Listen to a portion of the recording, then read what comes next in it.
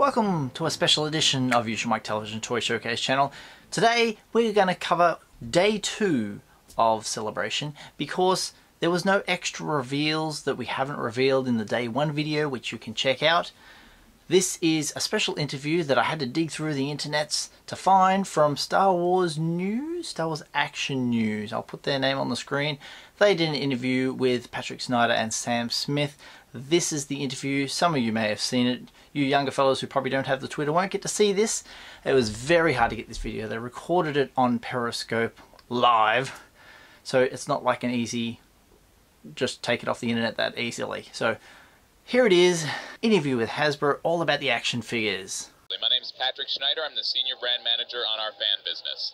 And Sam Smith, Design Manager on the fan business. Guys had a great panel yesterday, a lot of big announcements. I have a follow-up question to specifically the prototype Vader you're doing for San Diego Comic-Con. What does the prototype for the prototype Vader look like? Oh, that's it. Surprisingly, the first prototype we got in was all black. It was so disappointing because we were already working. We already had like all colors picked out and everything. The prototype comes in, it's like, oh. Someone was totally punking you on that one. You know, and a lot of that just sort of goes back to the simplicity of the molds for those figures. You know, we see a lot more of the colors really being celebrated on some of our Black Series and our super articulated vintage collection figures because there's so many parts, there's so many individual cavities, so all these different molds are being shot in different colors, where as we get into the retro collection figures, you know, there's such simple molds that, you know, it's like 1 to 2 molds and we have our figure itself. So it's it was a little bit disappointing, but then we were able to get our second round of revisions in and really started to let us, you know, shine. And there's 3 different Vaders in the case, so is it random? Is it each one going to be different when you're at Comic-Con, or are there, like, is there a set number? Is there an infinite number? So someone has done the math, but there are there's only a few parameters that the manufacturing, you know, assembly has to follow. One is that the head can never match the torso color, and that no 2 limbs can exceed a single color. So it might have 2 blue legs or 2 blue arms, or 1 blue leg and 1 blue arm, but it can never have like 2 blue legs and a blue arm. So based on that, also the lightsaber itself has to be a different color from the arm that it extends from. So you can start to, you know, make the assumption based on that and the fact that there's 6 colors that we're using. We had a great fan in here earlier who was like throwing out terms like permutations and combinations and all set to do the math, and I was like, God bless you, my friend. So so there is a finite amount of combinations, and you can calculate them if you like. Head math, I'm doing about 64,000. So, Our legal team can neither confirm nor deny that. now, the retro line itself has been an amazing success, and it hasn't even shipped yet. Target pre-sold out completely, Target exclusive line. Is this a one-time thing for you guys, or is it something that you're looking at possibly continuing with more retro figures in the future? It's a good question. I mean, certainly this year felt like the right year to do it, like conclusion of the Skywalker saga. You know, we talked about how Hasbro and Kenner have been there kind of for the whole journey, so we really wanted to celebrate the start of that with this line. We also know that, like, nostalgia's on trend, like kind of throwback Thursdays, so we thought that it was a great opportunity to do it. You know, the fan reaction has been great so far. If it remains that way and the line does great, then, you know, certainly wouldn't rule it out continuing in the future. Would you consider going into new media with the retro collection, or because you did the Tarkin that wasn't made? Yeah. It's an interesting idea, yeah. When we first, so Sam actually, this is his brainchild, so brilliant idea from Sam and his team. Yeah, we talked about, like, do we recreate the original figures? Do we do figures like Tarkin from the OT that haven't been done before? Do we do characters, you know, from the sequel trilogy, from Rogue One, from the prequels? So, I mean, if this line takes off and fans continue to love it, then I think you might see all of those in the future. Droids, Ewoks, Vlix? They all sound great to me. Make all the loose collectors mad. Make 1 million Vlix. Yeah.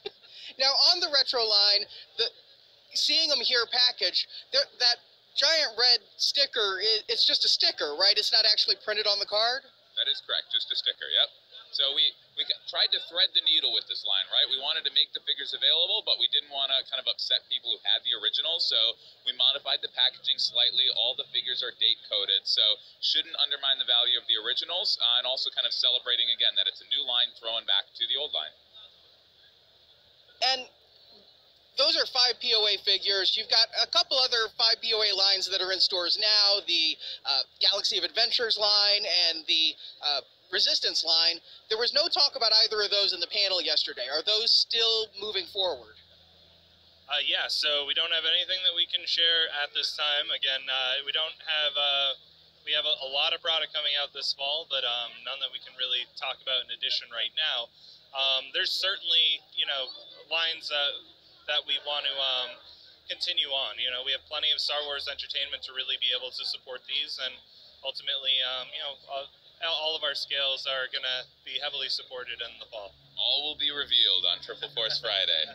Is Wave 2 of the Resistance figures that you announced going to ship? I thought Wave 2 was announced. No? Everything that we've revealed on Resistance is what okay. is shown in the case there. All right. See what the future holds. The Galaxy's Edge Black Series exclusives. What is your honest reaction? Because I was in the room when you announced them. Boos everywhere. And I know that it's not against Galaxy's Edge and it's not against you guys, but what is your honest reaction to that? It was boo? I thought it was ooh. Ooh, yeah, no. I mean, yeah, obviously, I think the fans in the crowd, like, love the product. You know, they don't love the fact that it's exclusive to the parks, but we also know that fans here at Celebration love the Celebration exclusives as well, so it's kind of a double-edged sword. The candid truth is that we wouldn't have been able to do those items if it weren't for the Galaxy's Edge exclusive program, so it's kind of like it's bringing something to the fans who are able to go there. You know, we understand the frustration with exclusives in general. They have a place in the line because they allow us to do things we couldn't do otherwise. So we're excited for that, and Disney's been great partners in bringing those items to life. And I personally am super excited that we now have a Hondo Anaka, that we have a DJR 3X, that we have a Mountain Trooper, and excited that they'll be at Galaxy's Edge. Oh, they're great figures. Do not take the boos as anything else. In fact, the better they are, the angrier the audience will be. So it is that double-edged sword. They wouldn't exist if it weren't for Galaxy's Edge. So I'm happy that they exist. And I didn't quite catch what you said. Are they only going to be made available like for the launch of Galaxy's Edge, or are they going to be restocked? Nope. So they'll be in Galaxy's Edge for the foreseeable future. I think the announcement on the panel yesterday was the date that they'll be available, which is the launch date. But nope, they'll be there in the world of Galaxy's Edge. Will they only be at Galaxy's Edge, or will they be available at other Disney park stores, downtown Disney? Yeah, so at this point, the plans are only at Galaxy's Edge. They exist kind of within that world. Like we talked about, the packaging is in-world. It's as though you're a person in the Star Wars world, which you will very much feel when you're in Galaxy's Edge, buying toys that exist in that Galaxy's Edge world. All right, to the 6-inch Black Series line, the Jump Trooper included a figure stand. Is that something you guys are thinking about doing with other figures? Yeah, so we started trickling it in with a couple of characters. So we had the Jump Trooper. It was also as part of the Wethead Luke from the Death Star escape. So again, it's a tough kind of thing. It's a nice piece to be able to include, but you know, the big thing is in terms of like why its shape sort of exists is there's a lot of deformation as we change vendors with the actual peg hole and sort of the size of the foot. So we don't necessarily have a common stand that's just going to work across all of the figures itself, but it is something that we've definitely corrected in recent figures on the Black Series, and it's, you know, will be that way going forward. So I don't know that it will necessarily make itself mainline. It's done been well received in terms of our exclusive products. So I think we always look to the fans to kind of help guide us. So I haven't had anyone here at Celebration ask me about that. If you're here at Celebration and you desperately want to see those stands in mainline or sold as separate packs, definitely come tell us, because if we start receiving an influx of that, we'll definitely look into it. Yeah, I know people really did enjoy it. There were some reports I got that the Jump Trooper didn't fit quite right all the time. I don't know if it was spotty reports. I haven't opened mine yet. I would hope he works as well as the Luke, because they have the same feet. And I know you guys can't talk about anything not announced, but I wondered what you could say if somebody, because I got a lot of questions, when is the 6-inch X-Wing coming to match the 6-inch TIE Fighter? So yeah, so obviously we did a TIE Fighter 4 years ago. An X-Wing is bigger, and that TIE Fighter was already big. A lot of people make the comparison to Jabba's sail barge. The thing that we loved about Jabba's sail barge is it really kind of served as a display for your figures. It fit nicely on a shelf. There are challenges. Those things don't exist with the X-Wing. So again, nothing's revealed. I think that is an iconic 6-inch scale vehicle. I'd love to see it in the line. Maybe it'll happen in the future. Okay, so it's not ruled out. Nope. No, I mean, again, there's certainly the demand for it.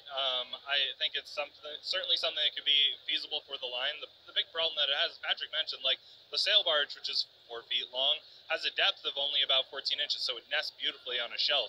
You take something like an X-Wing, you also add about 4 feet to the width. So in terms of displayability, you're really offering up a lot more space. We got so many complaints just on the TIE Fighter alone. If I don't have anywhere to put this thing, it's like, all right, well, you're about 4 times the size for an X-Wing. So again, if there's the demand there for it, we'd love to make it. But speaking of demand, you guys did the Instagram poll for the Black Series Empire Strikes Back 40th anniversary figure. Dagobah Luke won. Are you guys, have you decided how you're going to do Dagobah Luke? I know in my poll that we did on our site, everybody was saying Dagobah Luke with backpack. They want to be able to put the Black Series Yoda in the back. Or is that something you're considering including?